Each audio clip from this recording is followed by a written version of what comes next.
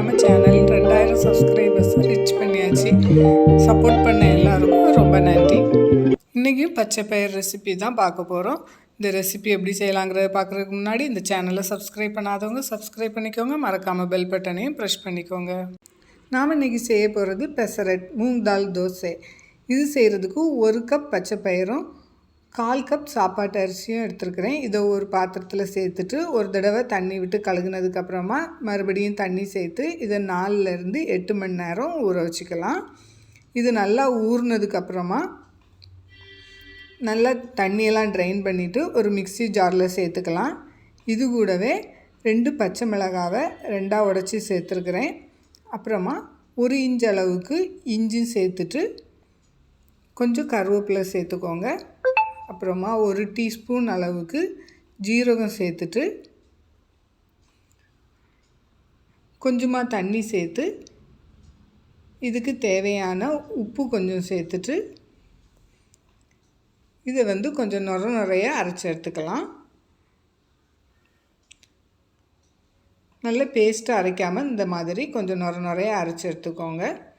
இப்போ இதை கொஞ்சம் கலந்து விட்டுட்டு மூடி வச்சிடலாம். இந்த பேட்டர் ரெடி பண்ண உடனே நம்ம தோசை சுட்டுக்கலாம். ஆனால் நான் இன்றைக்கி வேர்க்கடலை சட்னி ரெடி பண்ண போகிறேன். அது ரெடி பண்ணிவிட்டு அப்புறமா தான் தோசை சுட போகிறேன். அதுக்கு ஒரு பேனை ஸ்டவ்வில் வச்சுட்டு 1/2 கப் வேர்க்கடலையை சேர்த்து நல்லா வறுத்துக்கலாம்.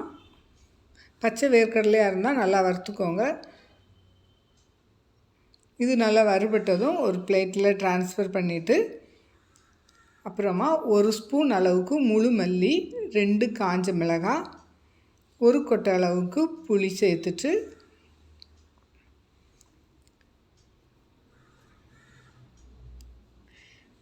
ஆறுலேருந்து 7 சின்ன வெங்காயம் சேர்த்துக்கோங்க.